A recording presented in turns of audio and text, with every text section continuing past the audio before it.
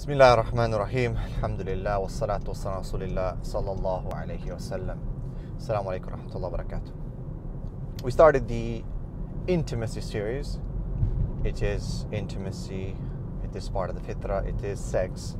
And we're going to try to be careful with the words that we use. A lot of people are very sensitive when it comes to this topic. We've discussed that in the previous episode. Please check that out to show you how there seems to be some kind of a contradiction or double standard, especially from Muslims in the West. If it's some village somewhere in mashallah, which is protected somewhere in a Muslim country, I can understand people saying, hey, take it easy, But it's interesting when Muslims from Western countries who live in a hypersexualized society tend to consider this topic as taboo. We've also shown that scholars have books of fiqh on these issues, and they've discussed this to a very great detail. Sadly, in English, there are some books, but they're not written by scholars. There's been a couple series done online. You can check it out, like a Garmin. I think there's a book as well. I don't necessarily agree with everything that the speaker or the author says, but we take the good and leave the bad, and we respect each other. So it is a taboo topic, is the issue of the relationship between a male and a female, between husband and a wife. And it starts with, of course, nikah. It is marriage. It has to be. There's the difference between halal and haram is this thing, nikah. So a human being has to satisfy his or her desire, and Allah has given an avenue for that, like food. You have to satisfy your hunger. But there's a difference if you're going to eat halal or haram. Same with the intimate relationship. And that's why the Sahaba, they asked, Ya Rasulullah, are you going to get rewarded for having intimate relationship with your wife? And he said, wouldn't you get punished for doing it in haram? Right? Look at the way the Prophet addresses issues through questions. It's a technique of education. That Sallallahu Alaihi Wasallam, of course, he is humanity's teacher. So what happened though? Why is sex so important? Why is intimacy so important, especially in the 21st century? And one of the things is, of course, the culture, the media culture where sex has become very popular. Pornography, and if it's not pornography, there are things that are very close to pornography just on normal TV, right? They have different categories. You got pornography, and then you have just like, sexual and erotic, and they have all these different terminology terms. But it's all over. It is all over. So people are being bombarded with this, and it distorts the reality of what this really is. And I will make an argument for that.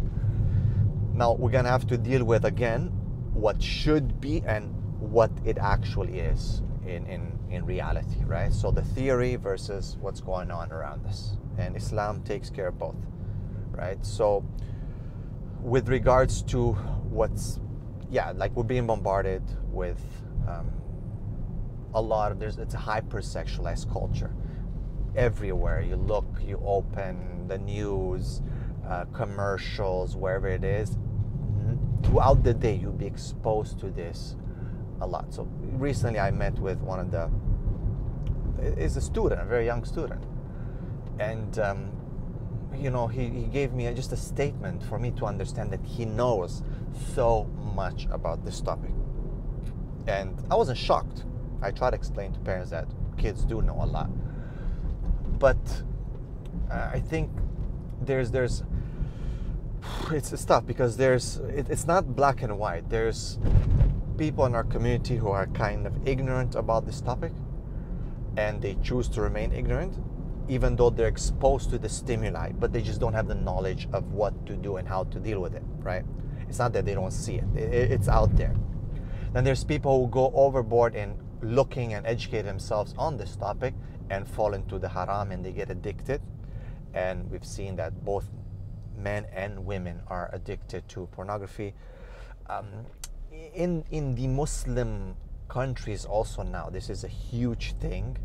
And of course in the West it's just we cannot divorce ourselves from the nurturing part of our systems. They nurture us. It's not that it's a good thing, but it does change our perception of life, and we do get affected. So some Muslim men watch porn. Some Muslim men are addicted to sex. Some Muslim men are using prostitutes. Some Muslim men go, even though they might not be gay, but they go to gay type of things, or they use even males and what are called lady boys. There are certain countries that some Muslim men visit for this purpose, and it's not necessarily that they're homosexual, but it's because these type of people will do a lot more perverted things that maybe their wives or the normal woman that they would marry wouldn't do it. And where is that connected to? You take it back again to what they've seen and what they've been exposed to. I can talk a lot about that because I do I have received a lot of these cases, and I've had to deal with it over the past decade specifically. Things have changed so much. Some women also do that. Some women within the Muslim countries. I'm trying to target the Muslim community. As for the non-Muslim community, I think you know what's going on, right? But yeah, some Muslim women do go to sex shops and they order certain toys because, again, the perception's been changed. Once the mind and the brain is rewired based on what you've been stimulated with, it's very hard to undo that.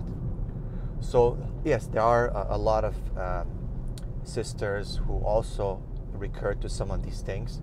Now, of course, some of you might say, that's not me, a'udhu billah, astaghfirullah. I'm not addressing you, sister or brother. I'm talking about what actually goes on with some people, and this is undeniable. I know 100% that this is correct. I wouldn't say something that I don't know. So it's a problem because there's so much stimuli out there. There's just so much. So some people tend to be ignorant about it. Like, you cannot escape it. You're gonna be ignorant, and then you don't know how to deal with it. That's a different story. You choose to be ignorant. A lot of people get shocked when they see or hear about some of these things. And of course, illa ma rahima rabbi, some people are, alhamdulillah, protected depending on where they are in their culture and their countries and so on. And that is the best thing. And I'm going to talk in the next episode about the fitra and the difference between sex and love, and how the two were divorced and so on.